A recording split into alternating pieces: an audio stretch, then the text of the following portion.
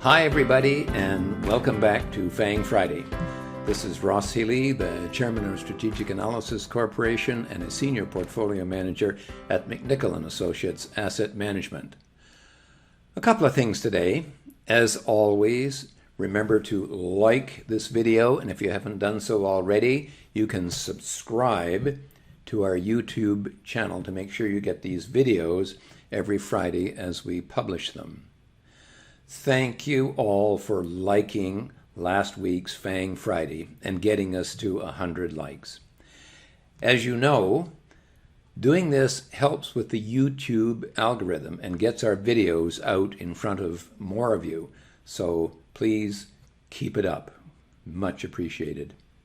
Second, if you've been watching FANG Friday with us for over a year and wonder how our valuation system would work with your investments, why don't you take that next step and send us an email outlining where you are in your investment journey. Now, last week I promised a special FANG Friday addendum if we got to 100 likes, and we did. So I am going to go one step further with you and share with you the practical aspects of using SVA charts when you are making buying or selling decisions.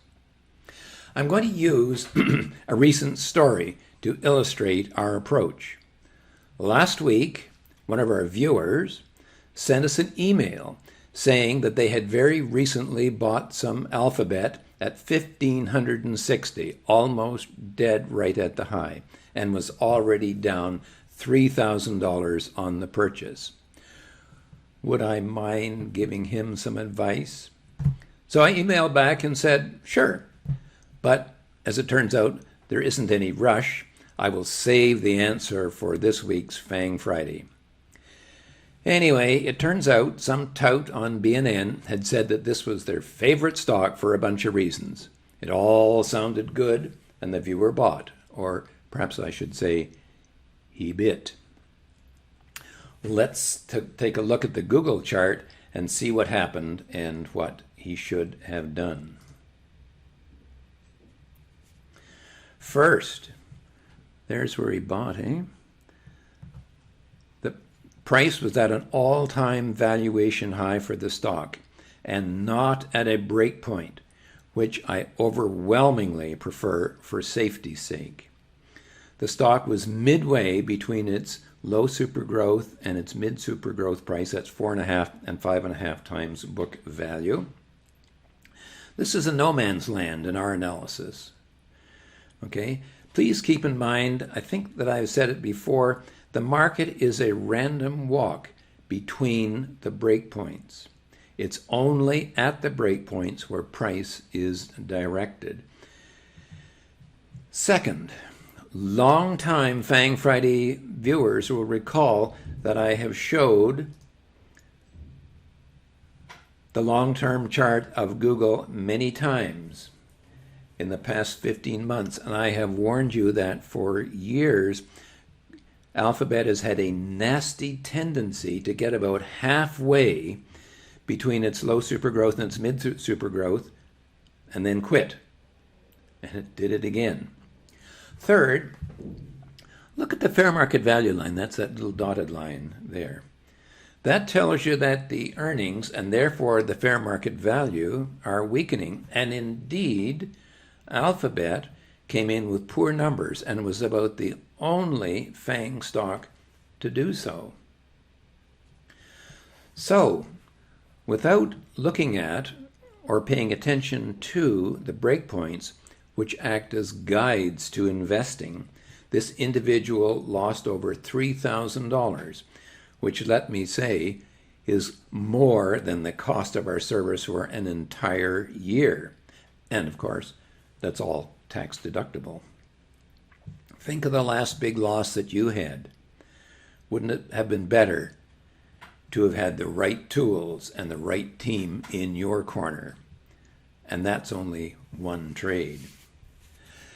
I hope that the viewer is listening in today, by the way, because I think that there is some good news here. At least I hope so. Anyway, The FANGs are generally in uptrends, and I think that there could be enough of a rebound off the low super growth price that with any luck there will be a rebound in the shares and your loss will be smaller than it is now. However, had you used our system and used it properly, I think you might have had a gain instead. Now, two things.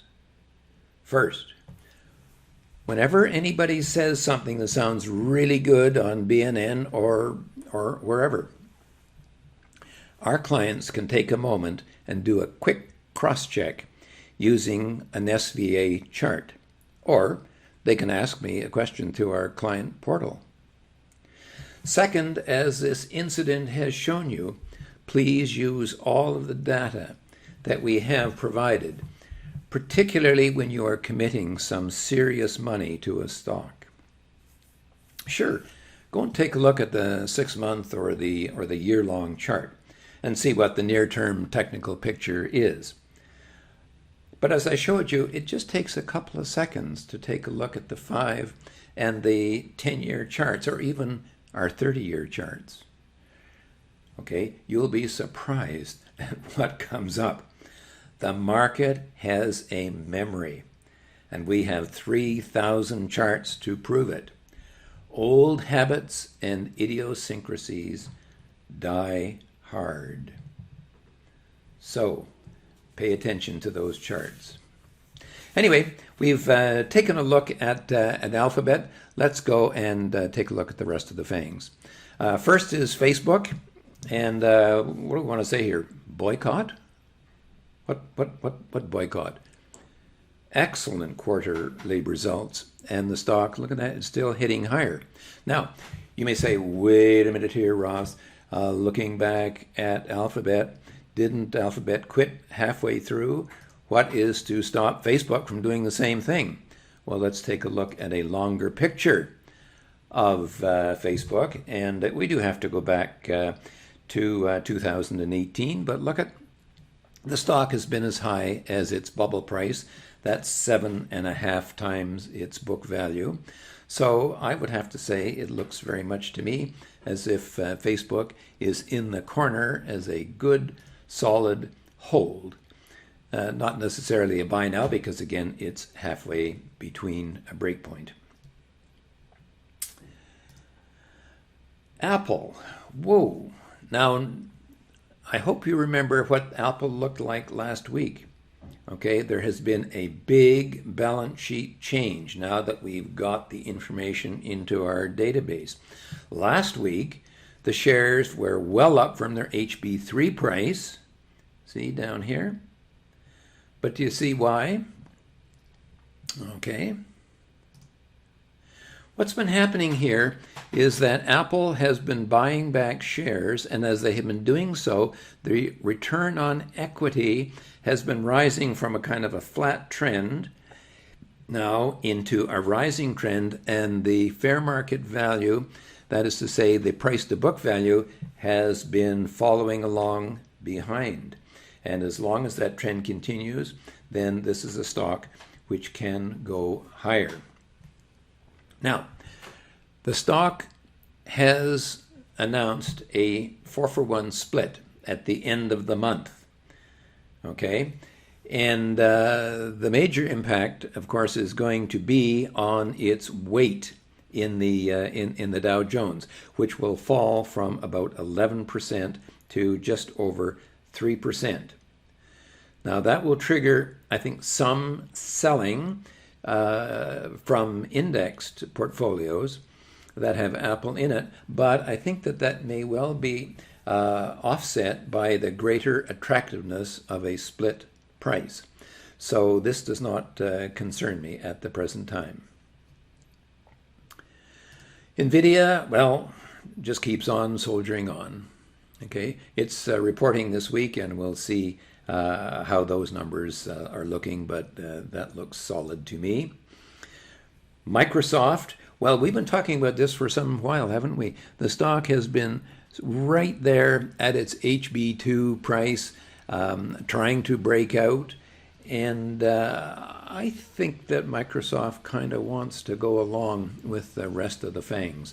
So I am in the optimistic camp right here. Netflix, on the other hand, what an annoying stock this is.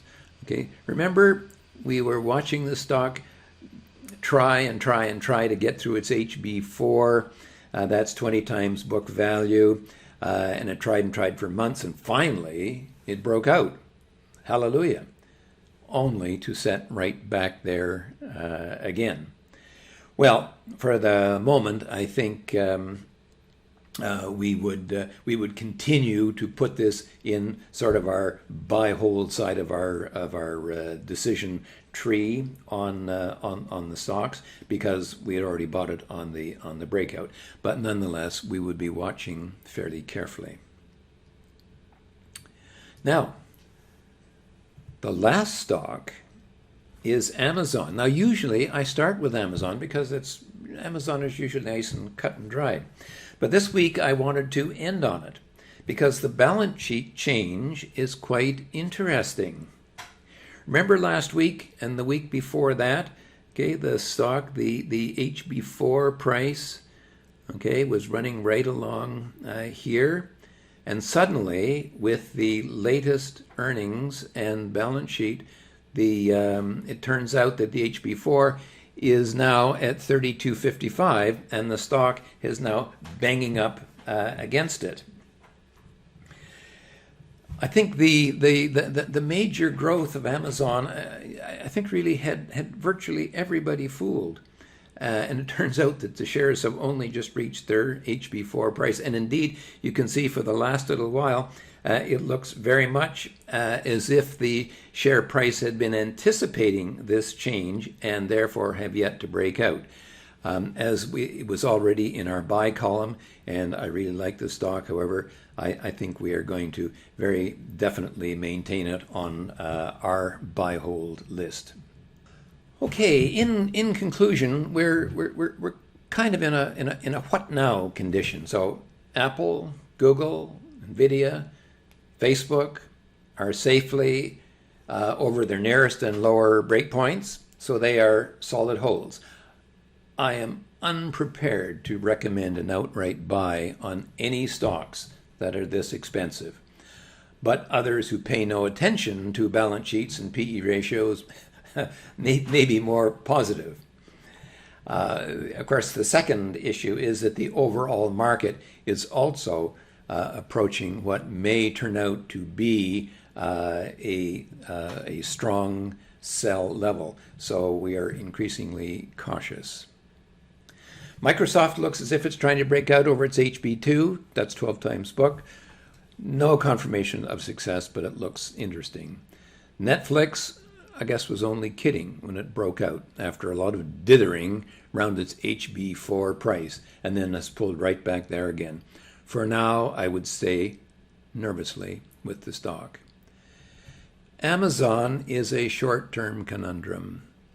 Having abruptly changed from a clear breakout buy, if you wish, to a kind of a nail-biting hold. Hold because, in essence, we already own it, and the balance sheet growth is very strong.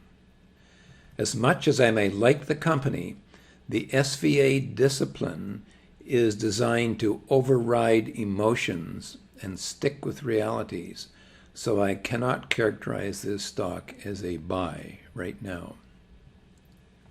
Anyway, if what you've seen has interested you and you want to take the next step in your investing journey, as so many have over the past few months, then send us an email at info@strategicanalysis.ca. Clients get a lot of benefits, not just access to over 3,000 charts of North American stocks in Canada and the United States, but also daily commentary, trade ideas, weekly webinars where we go into the nitty-gritty details of how to use the charts in order to become a better investor. When you sign up, I will personally take you through our system on a one-on-one video conference and show you how you can use our system to become a more confident and profitable investor. If this sounds like something that's in line with your goals, let's take the next step together. For now, this has been Ross Healy, the chairman of Strategic Analysis Corporation and a senior portfolio manager at McNichol & Associates Asset Management, reminding you that nothing, including investing, is difficult if you have the right tools, as I hope I showed you in gory detail today. I'll see you next week.